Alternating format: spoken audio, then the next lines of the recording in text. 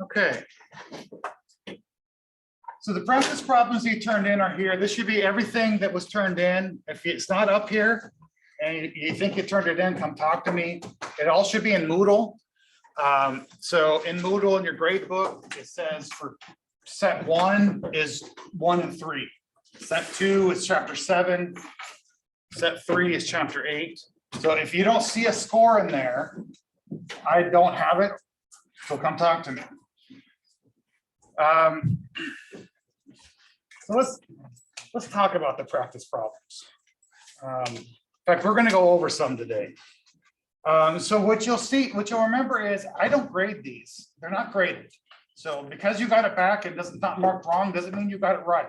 You need to go into Moodle and look at the solutions and see what you got right and wrong. Now, there were several problems that most of you got wrong. So on those you'll see sometimes there's marks, you saying, double check this, or this should be like this. But I am looking to see that you did it. You're not way off and you put some effort into it. Now I will say a good portion of them are half-assed. I don't know how else to describe it. I gave you full credit. Practice problems 1 and 3, but going forward, I'm going to be more critical. It should be 2 pages front and back or 4 pages handwritten. Practice problem 7 was a little bit shorter, so yeah, but there should be some substance there. If you're finding that you're only filling out 3/4 of a page, you're probably off. It's probably not right. Okay. So any questions on that, like what you got back? Everyone understands, it's not graded, so don't assume you got it right because I didn't mark it wrong. Okay, so now let's talk.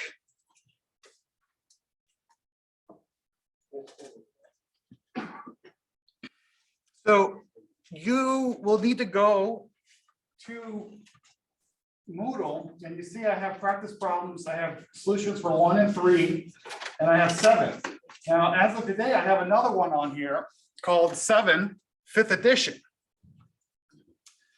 So what we need to do, I've discovered a problem in the class. Some part of it is some people in the class's problem, and some part of it is me, didn't plan very well. So I think we all have a little bit of blame, but who cares? Let's just get it fixed. And what that is, I'm trying to get this to go.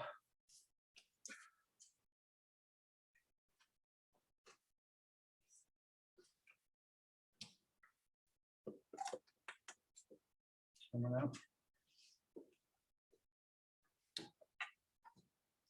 All right, autofocus. Come on. There we go. Okay. This is the book that's for the class.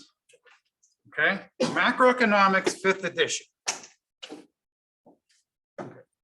So as I've come to learn, some of you have a book that's a PDF that looks very similar to this, same authors, even says 5th edition, but it doesn't have the macro on it. It's just economics. It's a different book. So some of you are confused, some of you are not understanding what the practice problems, some are coming to me and saying, I don't understand what you're lecturing is not what's in the book. That's because you have the wrong book. So you need this book. So when you're doing the practice problems, a good portion of the ones I graded were from this other book. And I don't know what the questions are. I don't have that book. So I don't even know if you got it right or what the deal was. So if you don't have this, get it. Now,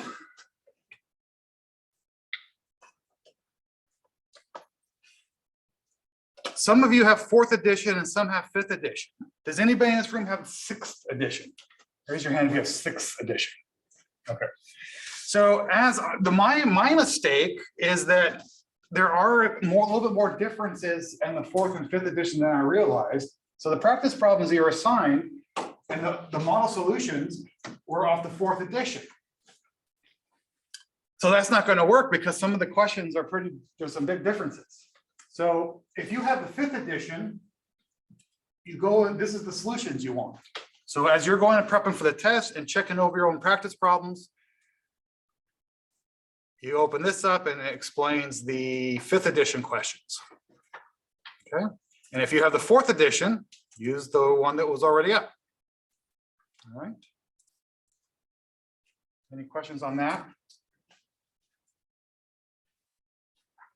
All right, the whole PDF thing, I get it. Piracy, I'm sure it was all pirated. You guys found it online, and the class has it. I'm not going to argue with that. Textbooks are ridiculously expensive. That's why we purposely at UP in the economics department, we recommend the edition this before the current one. One, because we know it better, but also why pay the, I get it, but it's just not going to work because it's the wrong book.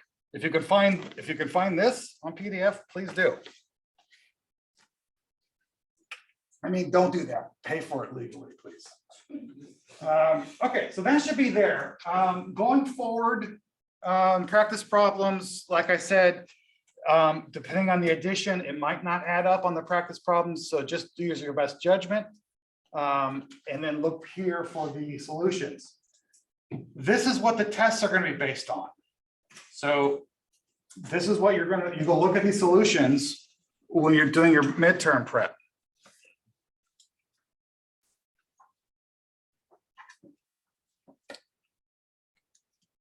Okay, now I wanted to go over, some stuff. Several of the questions a lot of people got wrong, and it's not this class. Every time I teach this class, these particular problems come up as difficult. And I don't want to leave you guys hanging, so let's do some.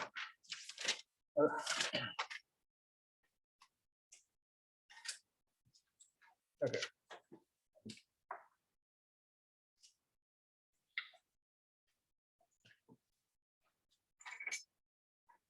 Okay, I think we went over this last week, but let's just do it again real quick. It's such an important concept. This problem right here. What is GDP?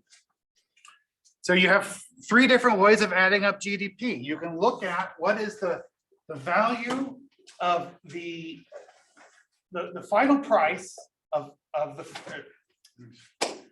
price of the value of all the final goods and services. So in this example, the only final good in service is the full pizza, and the value of that output is 200.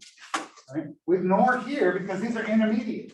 These aren't being sold to the end consumer. These are being sold in one more stage in the process to make a pizza. So if we look at just looking at the value of the final goods and services, we can see GDP is 200. So that's one way. One way. Another way you can do this is you can look at what at each stage of the process, how much value was added to the economy. So that's looking at the output at each intermediate stage and subtracting the input. So at this stage, it was $50 value minus the input of 0. So 50 was added to the economy. Here, 35 was the output, and they had 0 input, so 35 was added to the economy. And then here, 200 was the output, but they had 35 and 50 inputs. So it's 200 minus 85, which is 115. And you add these 3 added values together to get 200. So that's the second way. Okay. The third way is the tricky way, the trick question. Not really a trick question, but it requires an extra step in your logic. And that's where you look where the money goes. So the first two, so the first way was looking at this is what the customer paid. The final customer paid $200, but the third way is looking at where that $200 goes. So we look at where it went, and part of it went to wages. 15 here, 20 here, 75 here went to wages. But that doesn't add up to 200 because there's some missing information. So where did this money go? If $200 came into this company, and 115 or whatever this is, 110 went out to wages, where'd the rest of it go? Well, probably to the owner's pocket, probably profit. So that's how you get the third. So it looks like, so if you did this answer and you put 110 here, yeah, it makes a lot of sense, but then where's that missing money? 200 went in, but only 110 goes out. Well, that 90 went somewhere, went to profit, went to paying the rent, wherever. So those are the three ways. That will be on the midterm. Okay. I hope no one in this class gets that wrong in the midterm, because I've gone over it multiple times now. Those are the three ways.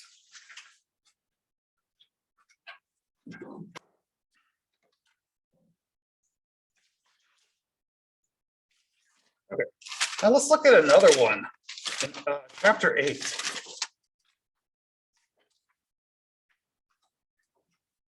Chapter 8's due today, by the way. If you don't have it today, bring it Thursday, but that's the last I'll take. Chapter 9 is next Tuesday.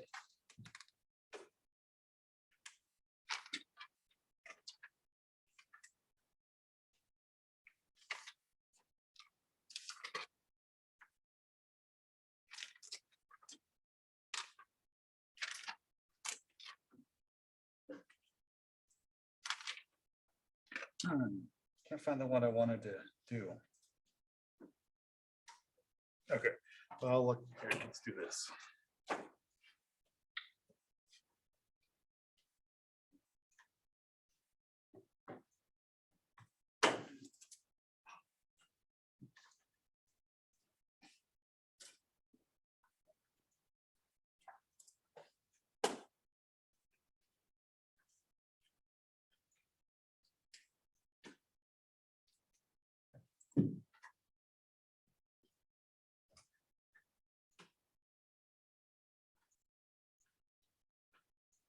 I wanted to do chapter 9.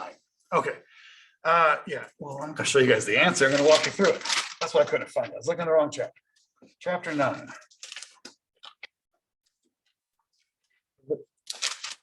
So we haven't gotten to this yet, but I wanted this chapter, we're going to start today, but I wanted to go over just a basic test taking concept. Okay. So this is what you're going to be doing this week. And we haven't got to these concepts yet. So this is, or if you're not getting it, but you look at this and it says, here's real GDP per capita, 1960, 1980, 2000, 2015. And then for just look at this first section here, for Argentina, it's asking, what is the percentage of real GDP for 1960 and then for 2015? So it gives you real GDP per capita in 2010 dollars here. And then it wants to know what would go here and then what will go here. And you might look at this and you might like, I don't think I have enough information. So if you're on the test and you see this, like, I don't have enough information, and don't stress out, you do have enough information. You're not asked to make up stuff. So let's take a look at it and see if we can figure out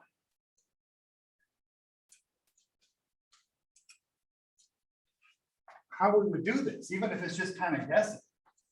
So the first thing is it says this is 1960, and you're given a dollar, and then it wants you to fill in this question mark.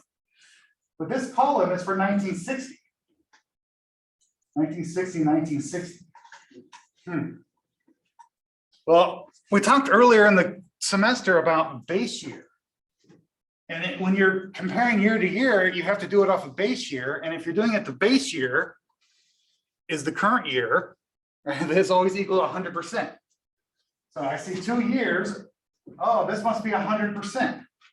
So $1960, and this is asking what it is in $1960. So it must be 100%. And then here it's saying, what is it, 2015 dollars? So you have a 1960, and then you have a 2015. So what would you do? Well, hopefully you would think, well, if I'm coming out with a percentage, I would have to divide. Because if you multiply, you're not going to come up with a percentage. So you would divide two numbers. So what do you divide? Well, 1960 is probably going to be one of these. And 2015 will be the other one.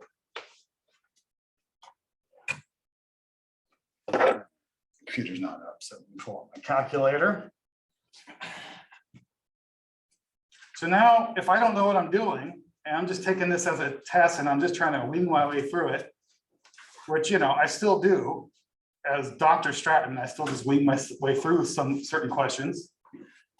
using intuition. So if I took two numbers here, and I know I have to divide something, let's divide 12, 128 divided by 58, 53. I come up with 200%. Does that seem right?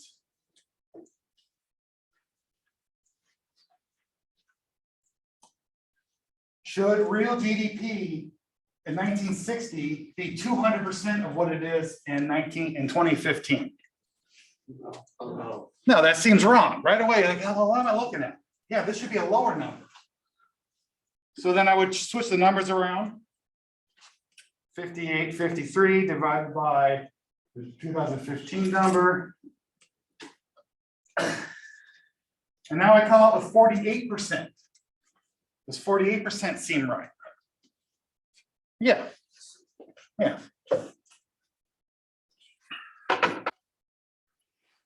So you could just intuitively figure it out that way.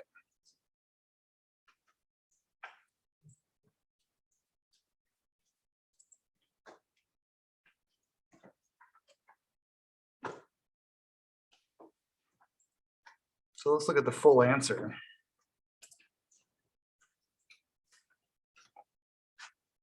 So that's kind of hard to see. Maybe I can make that bigger. I don't know. Okay. So yeah, 48%, 100%. And then same down here, you look at it's 2015, and then it's asking for 2015. So you just, that's going to be 100%. So you can automatically fill these two out right away. And then here, if you're not quite sure what to do, you play around with it until you get something that intuitively makes sense.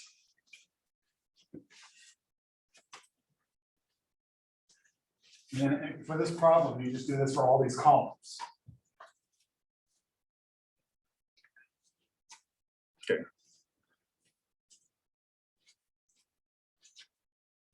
Any questions on that? You guys following that? All right. Remember the base year. This is like the whole GDP thing. I said it'll be on the midterm. The GDP, how to calculate GDP. I guarantee you that on the midterm, there's going to be a question that involves a base year, where it's going to be compare this to another year. Right? And remember, if you're comparing a 1 year to a base year, and the base year is the same year, it's always going to be 100%. They're always going to be equal to each other. And if you're comparing a previous year to a more nearer, closer year, right? The previous years are going to be smaller, right? Because of inflation.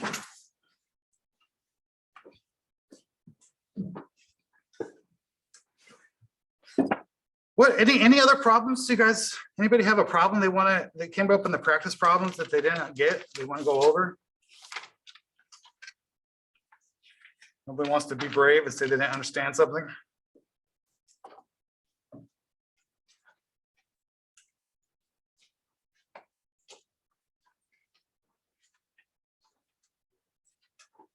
Yeah.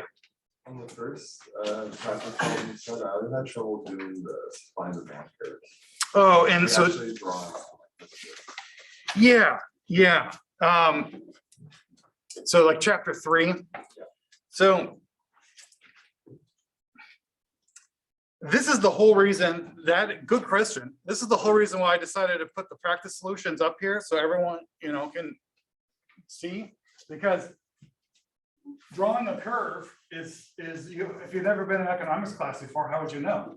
So always the curve is going to be, you're going to have a graph, this axis, and 99% of the time it's going to be price and quantity. And then 99% of the time it's going to be a supply going like this and demand going like this, right? And in an entry level class like this, it's almost never we almost never care about the slope of the line, right? So you just draw a supply and draw demand.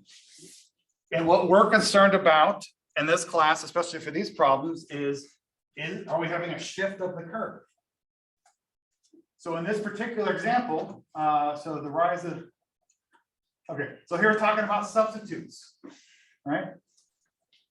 The price of a taco creates demand for a hot dog, right? So we know it's demand, it's not supply. We didn't say that there was a shortage of beef, so there was less supply of hamburgers. No, we said demand is changing. So we can immediately know supply is not changing, but demand is, right? And because of the substitute, we know demand is going to go up. So the whole shift is going to the right. So when I'm grading this, I like the little arrow, but you don't have to have that, but you need to have D1 and D2. So I know original state, new state.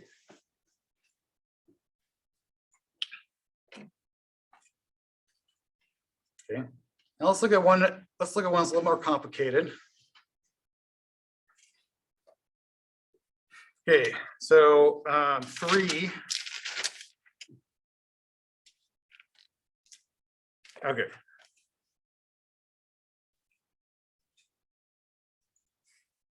All right, so lobster prices usually fall during peak summer lobster harvest season, despite the fact that people like to eat lobster during the summer more than any other time of the year. So you start off by drawing your little graph, quantity price. And always, even if you don't know what to do, you can get some credit by drawing the supply and demand, an S1 and S2. I mean, excuse me, S1 and D1, because you know that's always going to be in every graph. There's going to be an S and a D. Now we need to figure out though with lobsters what's shifting. So we look at 3, and so lobster prices usually fall during summer peak. Right, and despite demand changing. Okay, so demand one's pretty easy. So it says right there in the question that demand is changing, and it's saying that demand is because the people like to eat lobster in summer, so it's seasonal change. So at every price level, demand's going up. So you just draw your second D2. It doesn't really matter how far. We don't have any numbers here. We just know it's increasing, so you just draw it over. You don't have to like measure it out. There's no appropriate amount of distance for that second line. This one is tricky though, because it also says lobster prices usually fall during summer peak harvest season. Well, harvest sounds like supply. So it's a supply change as well. So we have a supply shift.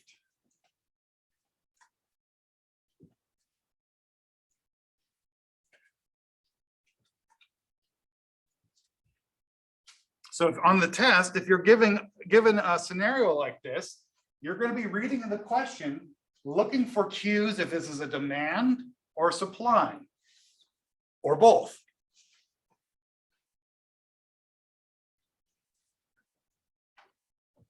All right. The next one says the price of Christmas trees is lower after Christmas than before, but fewer trees are sold. All right. So you kind of have to think it through. Is this a supply or demand? Right. Well, it doesn't say anything about how, trees being cut down, or, the Christmas tree field burnt down in a wildfire. I mean, it has nothing about supply in there. It's saying people want less after Christmas. That's a demand issue. There's no supply chain.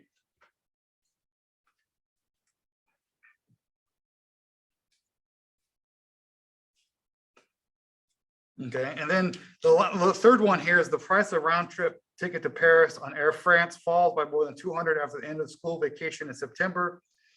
This happens despite the fact that generally worsening weather increases the cost of operating flights to Paris, and Air France thereby reduces the number of flights. So this one they reversed it, and it starts off with demand. Right. So after the end of school vacation. If you're in school, you're not a customer. I mean, you're not a pilot, right? You're the customer, so it's a demand. And then it switches around to the supply second and says that there's a supply issue because of weather increases the cost of operating. So weather being an external factor is affecting the supply of airline flights. Okay, does that help? I don't know if that helps. Just better idea. So every graph you do is going to look like this, something like this. It's going to be a P and a Q, and it's going to be an S1 and a D1, and then it may have a D2 or an S2 or both.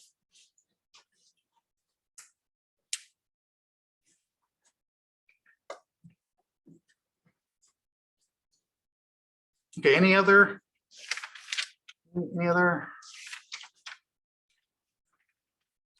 concerns, questions?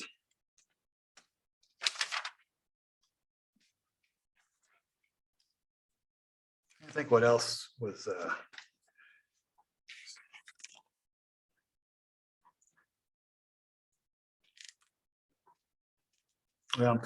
go through the solutions, compare to what you did, and then come talk to me. I'm here all day Tuesdays and Thursdays, and I do Zoom calls. You have a couple weeks for the midterm, so we have some time to make sure that you understand.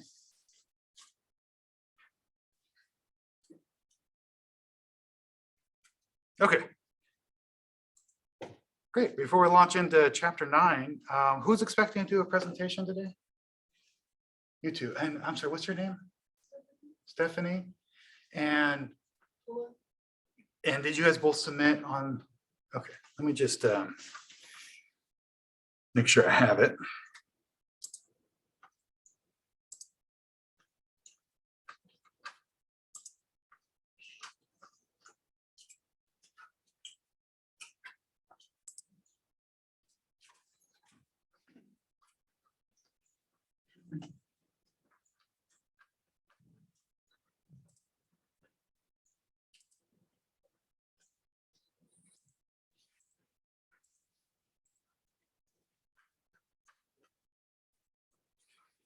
Okay, we'll get to that after break. Let's get into a little bit about long-term economic growth.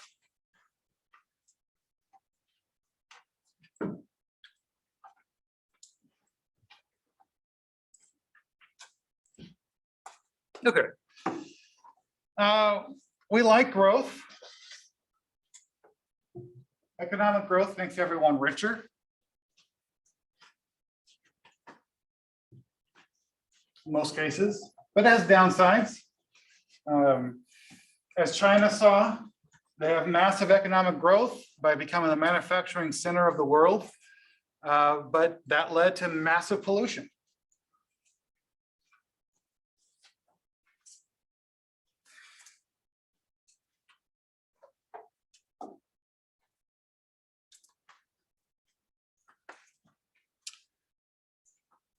So one thing to look at when we look at economic growth, besides some downsides if we handle it poorly, we had massive pollution in this country during the industrial age.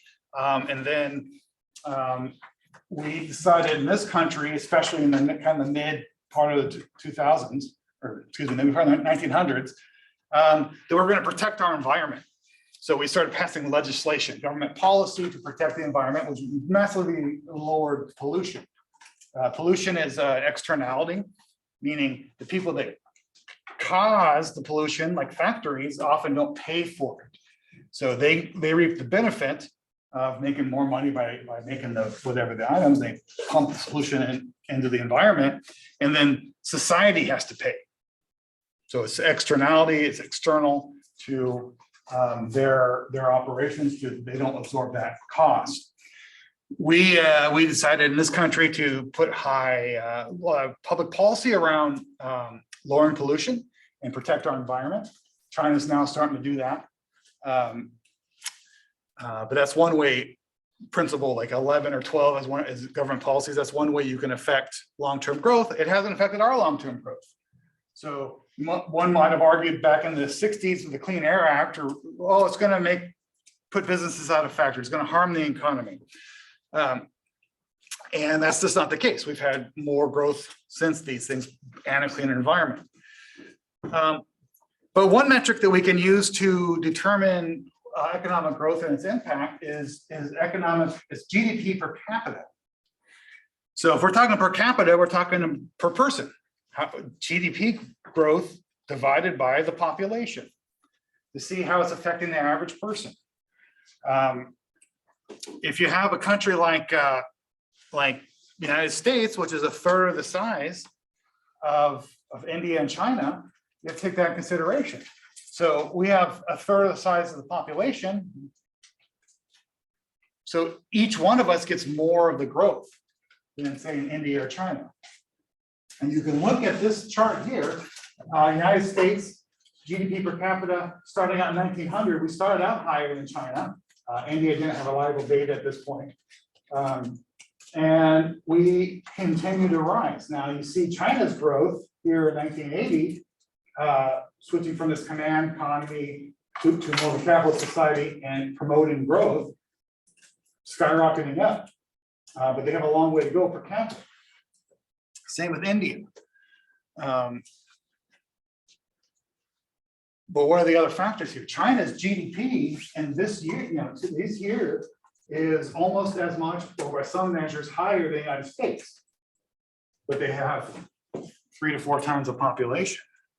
So on average, their population is poor.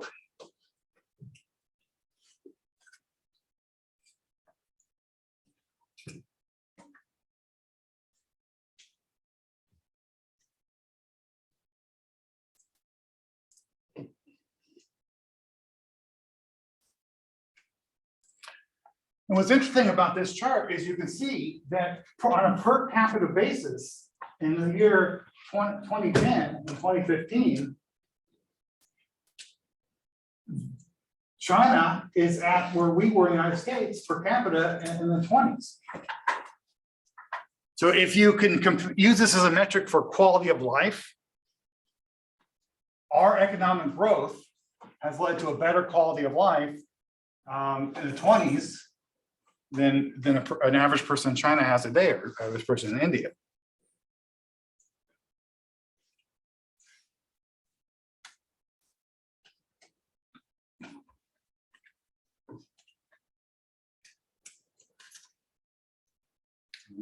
So what does that really mean? Let's get a little more specific and nuanced here. It means that our economy, comparing just now, ignoring China and India, just us, our economy produces 8 times more per person than it did in 1900.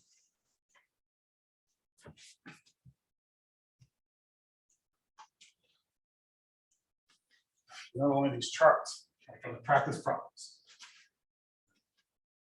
1900, and that says 1900, so we know this is going to equal 100%. And we know from 2015 to 2015. So if you present it with something like this, if you see this and this, you know that's 100. Okay, so in the year 1900, using 2015 real GDP, we only produced 12% per capita as we do now, and 17%, 21%.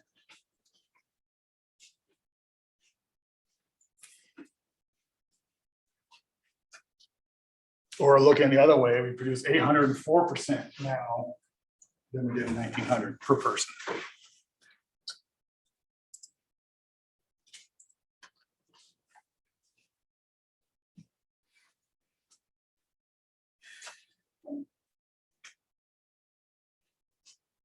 So this is what it looks like throughout the world per person, per capita.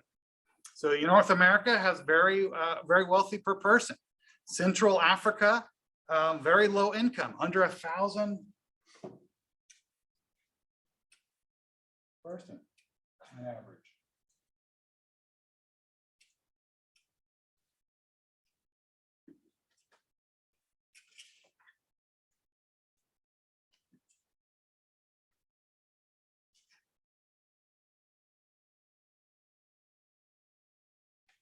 China's getting up there, but again, we're not talking about total wealth of the country. We're talking about income per person.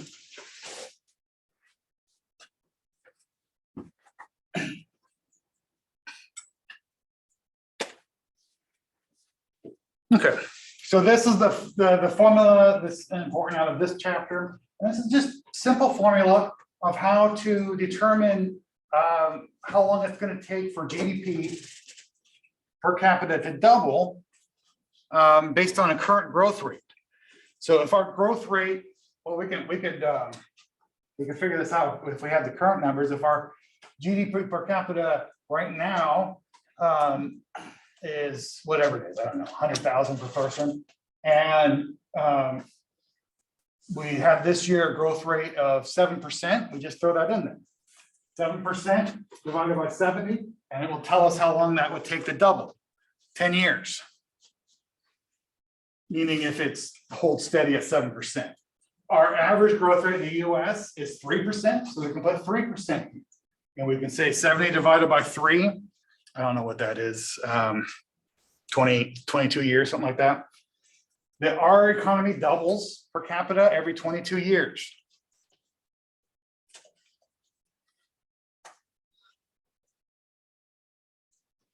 Now we should be able to go back to this chart and see if it's doubling every 20 years.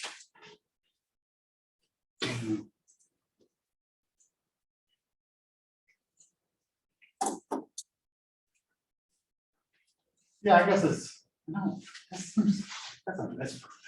Doesn't seem right. Did they misprint in the official publisher's PowerPoint? That's in the chapter. Yeah, so it does, it holds steady with this data, except for the one outlier that doesn't seem like it's right.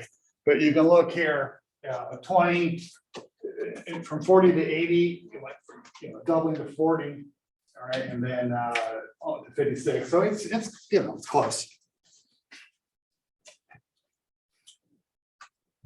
Okay.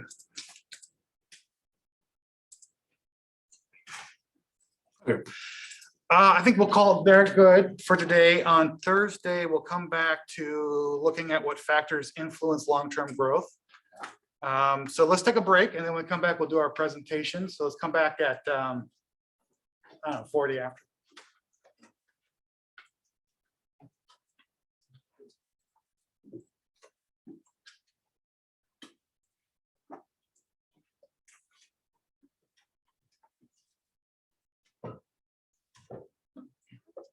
And I don't